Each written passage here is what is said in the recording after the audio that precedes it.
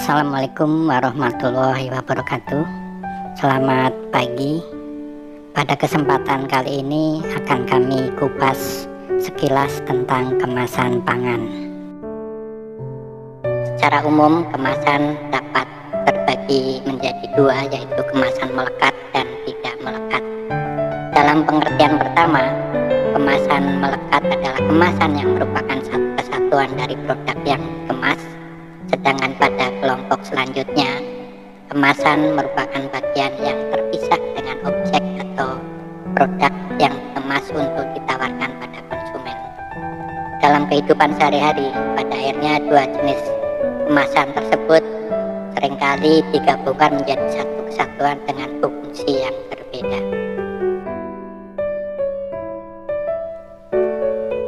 Berdasarkan keberadaan dari kemasan itu sendiri terhadap apa yang dikemasnya, maka kemasan dapat dibedakan menjadi tiga kelompok, yaitu pertama, kemasan primer adalah kemasan yang langsung bersentuhan dengan objek atau melekat langsung pada objek. Kedua, kemasan sekunder adalah kemasan lapis kedua setelah kemasan primer dengan tujuan untuk lebih memberikan perlindungan kepada produk. Tiga, kemasan tersier adalah kemasan lapis ketiga setelah kemasan sekunder dengan tujuan untuk memudahkan proses transportasi agar lebih praktis dan efisien. Kemasan tersier bisa berupa kotak karton atau peti kayu. Berdasarkan proses pengemasannya, kemasan dibedakan atas kemasan aseptik dan non-aseptik. Kemasan aseptik adalah kemasan yang dapat melindungi produk dari berbagai kontaminasi di lingkungan luar. Pengemasan ini biasanya dipakai pada bahan pangan yang diproses dengan teknik sterilisasi, seperti pada kemasan makanan kaleng atau susu UHT atau ultra high temperature. Sebaiknya pada proses pengemasan non-aseptik, kontaminasi mudah terjadi sehingga masa simpan produk umumnya relatif lebih rendah. Berdasarkan bahannya, kemasan dapat dibedakan atas kemasan alami seperti daun, kemasan kertas, karton, plastik, aluminium foil, logam, gelas, dan styrofoam. Masing-masing kemasan tersebut memiliki keunggulan dan kelemahan, serta hanya cocok untuk jenis produk tertentu. Berdasarkan frekuensi pemakaian, kemasan dapat dibedakan menjadi tiga. Pertama adalah kemasan sekali pakai atau disposable, misalnya bungkus plastik untuk es, bungkus permen dari kertas, bungkus yang berasal dari daun-daunan, karton, dus, dan lain-lain. Sedangkan kedua, kemasan atau wadah yang tidak dibuang atau dikembalikan oleh konsumen atau semi disposable, contohnya kaleng susu, makanan bayi, atau jenis botol-botol tertentu. Sedangkan kemasan yang ketiga adalah kemasan yang dapat dipakai berulang kali atau multi-trip, contohnya beberapa jenis botol minuman seperti botol gelas untuk teh dan air mineral, botol kecap, dan lain-lain. Berdasarkan sifat kekakuan bahan kemasan, kemasan dibedakan menjadi pertama adalah kemasan fleksibel, yaitu bahan kemasan yang mudah dilenturkan tanpa adanya retak atau patah, misalnya plastik, kertas, dan aluminium foil. Kedua adalah kemasan kaku, yaitu bahan kemas yang bersifat keras, kaku, dan tidak tahan lenturan, patah bila dibengkokkan, relatif lebih tebal dari kemasan fleksibelnya, misalnya kayu, gelas, dan logam. Ketiga adalah kemasan semi kaku atau semi fleksibel, yaitu bahan kemas yang memiliki sifat-sifat antara kemasan fleksibel dan kemasan kaku, misalnya botol plastik untuk susu, kecap, saus, dan wadah bahan yang berbentuk pasta. Berdasarkan tingkat kesiapan pakai atau perakitan, kemasan dibedakan menjadi pertama adalah wadah siap pakai, yaitu bahan kemasan yang siap untuk diisi dengan bentuk yang telah sempurna, contoh botol, wadah kaleng, dan sebagainya. Kedua adalah wadah siap dirakit atau wadah lipatan, yaitu kemasan yang masih memerlukan tahap perakitan sebelum diisi. Misalnya kaleng dalam bentuk lembaran atau flat, dan silinder fleksibel, wadah yang terbuat dari kertas, foil atau plastik.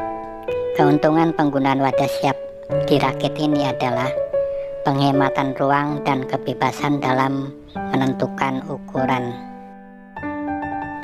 Berdasarkan sifat perlindungan terhadap lingkungan, bahan kemasan dibagi menjadi: pertama adalah kemasan hermetis atau tahan uap dan gas, yaitu kemasan yang secara sempurna tidak dapat dilalui oleh gas, udara atau uap air, sehingga selama masih hermetis wadah ini tidak dapat dilalui oleh bakteri, kapang, ragi, dan debu. Misalnya kaleng botol gelas yang ditutup secara hermetis. Kemasan hermetis dapat juga memberikan bau dari wadah itu sendiri, misalnya kaleng yang tidak berenamel. Kedua adalah kemasan tahan cahaya, yaitu wadah yang tidak bersifat transparan, misalnya kemasan logam, kertas, dan foil. Kemasan ini cocok untuk bahan pangan yang mengandung lemak dan vitamin yang tinggi, serta makanan hasil fermentasi, karena cahaya dapat mengaktifkan reaksi kimia dan aktivitas enzim. Ketiga adalah kemasan tahan suhu tinggi, yaitu kemasan untuk bahan yang memerlukan proses pemanasan, pasteurisasi, dan sterilisasi. Umumnya terbuat dari logam dan gelas. Dengan berkembangnya waktu, kemasan yang semula hanyalah sekedar untuk mempermudah membawa suatu barang dan juga untuk melindungi barang, kemudian bersamaan dengan berkembangnya pengetahuan dan teknologi, fungsi dan peranan kemasan juga semakin bertambah dan menjadi suatu kekuatan dalam pemasaran. Sehingga kemasan yang baik harus meliputi merek, kemasan itu sendiri, dan label. Dan dalam kemasan harus memperhatikan juga bahan kemasan, bentuk kemasan, dan teknologi kemasan. Seperti yang sudah disebutkan di depan, fungsi kemasan adalah untuk mewadai dan melindungi, memberikan informasi dan sarana promosi. Mewadai produk, melindungi produk dari pengaruh fisik, kimia, dan biologi, memberikan informasi kepada konsumen tentang nutrisi, komposisi, cara memasak, berat atau volume produk, merek, harga, dan lain-lain. Dan sebagai sarana promosi untuk meningkatkan efisiensi dalam distribusi. Sebagai sarana promosi, kemasan harus mempunyai daya tarik, yaitu daya tarik visual dan daya tarik fungsional untuk menciptakan respon positif dan menampilkan pesan "belilah saya". Daya tarik visual. Unsur visual mempunyai peran yang besar terhadap tampilan kemasan suatu produk, karena daya tarik visual berhubungan dengan faktor emosi dan psikologis yang terletak pada bawah sadar manusia. Oleh karena itu, unsur grafis dalam kemasan menjadi penting, seperti merek, warna, ilustrasi, huruf, dan tata letak. Bahasa verbal dan ilustrasi pada kemasan berperan kuat dalam menimbulkan daya tarik visual. Bahasa verbal berisi informasi dasar yang ditampilkan pada bagian muka, meliputi identitas perusahaan atau merek, nama produk dan deskripsinya, manfaat untuk konsumen, dan keperluan-keperluan hukum. Kata-kata harus singkat dan mudah dipahami. Bentuk huruf dan tipografi tidak saja berfungsi sebagai media komunikasi, tapi juga merupakan dekorasi kemasan. Oleh karena itu, huruf-huruf yang digunakan harus serasi. Bahasa visual berupa ilustrasi, warna, dan simbol. Fungsi utama ilustrasi untuk informasi visual produk, pendukung teks, penekanan suatu kesan tertentu, dan penangkap mata untuk menarik calon konsumen. Ilustrasi, simbol, dan warna adalah hal pertama yang biasanya diingat oleh konsumen. Pengaruh utama dari warna adalah menciptakan reaksi psikologis dan fisiologis tertentu yang dapat digunakan sebagai daya tarik dari kemasan. Berikutnya adalah daya tarik fungsional. Kepraktisan suatu kemasan merupakan daya tarik tersendiri.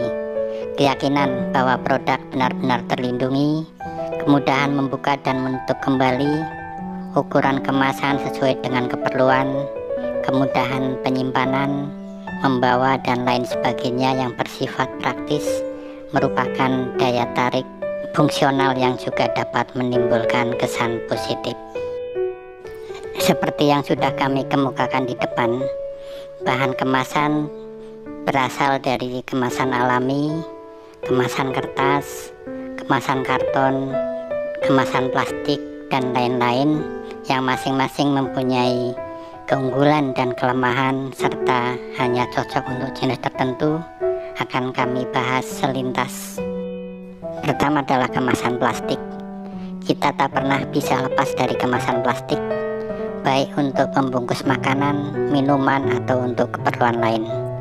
Yang jelas, kemasan plastik sudah menjadi salah satu bagian dari gaya hidup kita.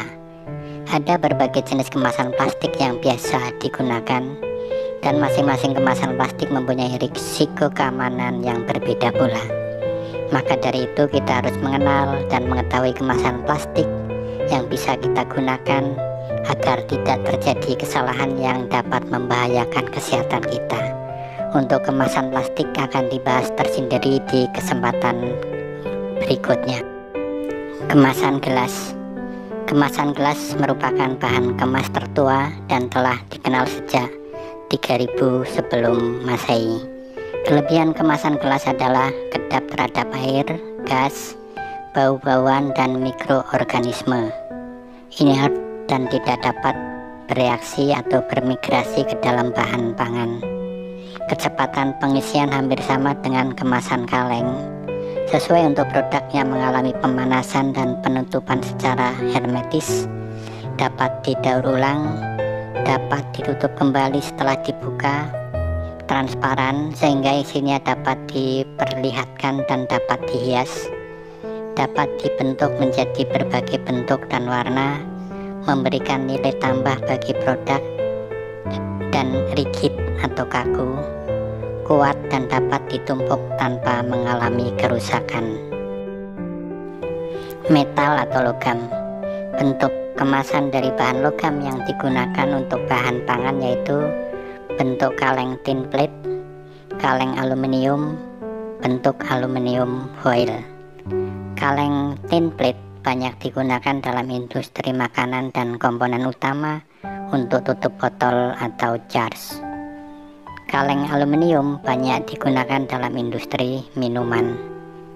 Aluminium foil banyak digunakan sebagai bagian dari kemasan bentuk kantong bersama-sama atau dilaminasi dengan berbagai jenis plastik dan banyak digunakan oleh industri makanan ringan, susu bubuk, dan sebagainya, termasuk dalam flexible packaging.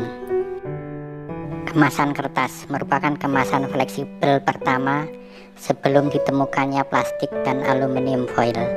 Saat ini masih banyak digunakan dan mampu bersaing dengan kemasan lain karena harganya yang murah, mudah diperoleh, dan penggunaannya yang luas. Selain sebagai kemasan, kertas juga berfungsi sebagai media komunikator dan media cetak. Kelemahan kemasan kertas untuk mengemas bahan pangan adalah sifatnya yang sensitif terhadap air dan mudah dipengaruhi oleh kelembaban udara lingkungan. Sifat-sifat kemasan kertas sangat tergantung pada proses pembuatan dan perlakuan tambahan pada proses pembuatannya. Kemasan kertas dapat berupa kemasan fleksibel atau kemasan kaku. Kemasan karton.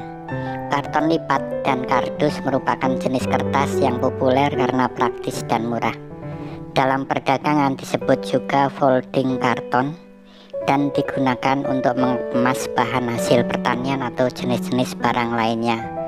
Bahan yang banyak digunakan untuk membuat karton lipat adalah silinder board yang terdiri dari beberapa lapisan dan bagian tengahnya terbuat dari kertas-kertas daur ulang, sedangkan kedua sisi lainnya berupa kertas koran murni dan bahan murni yang dipucatkan. Kemasan alami. Kemasan alami adalah kemasan yang terbuat dari bahan alam, biasanya tidak mengandung bahan kimia berbahaya, serta mudah untuk terurai atau didaur ulang. Meski mulai jarang digunakan, kemasan ini termasuk murah dan mudah didapatkan. Contohnya kemasan dari kayu, anyaman bambu, daun pisang, baik yang segar maupun yang dikeringkan. Kemasan kain. Kemasan yang terbuat dari kain mudah didapat dan lebih mudah terurai atau didaur ulang karena terbuat dari serat kapas. Dengan adanya larangan penggunaan kemasan plastik di beberapa daerah, maka kemasan ini banyak digunakan sebagai pengganti kemasan plastik.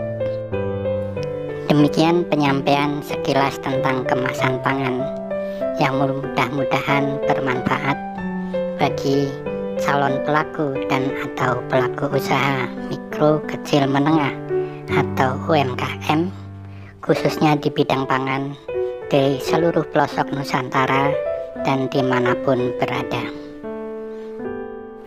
Dengan mengetahui jenis-jenis kemasan, diharapkan calon pelaku dan atau pelaku UMKM bisa memilih kemasan yang tepat dan cocok untuk produknya, sehingga bisa meningkatkan pangsa pasar yang pada akhirnya akan meningkatkan pendapatan dan kesejahteraan keluarga. Wassalamualaikum warahmatullahi wabarakatuh. Sampai jumpa di pembahasan berikutnya.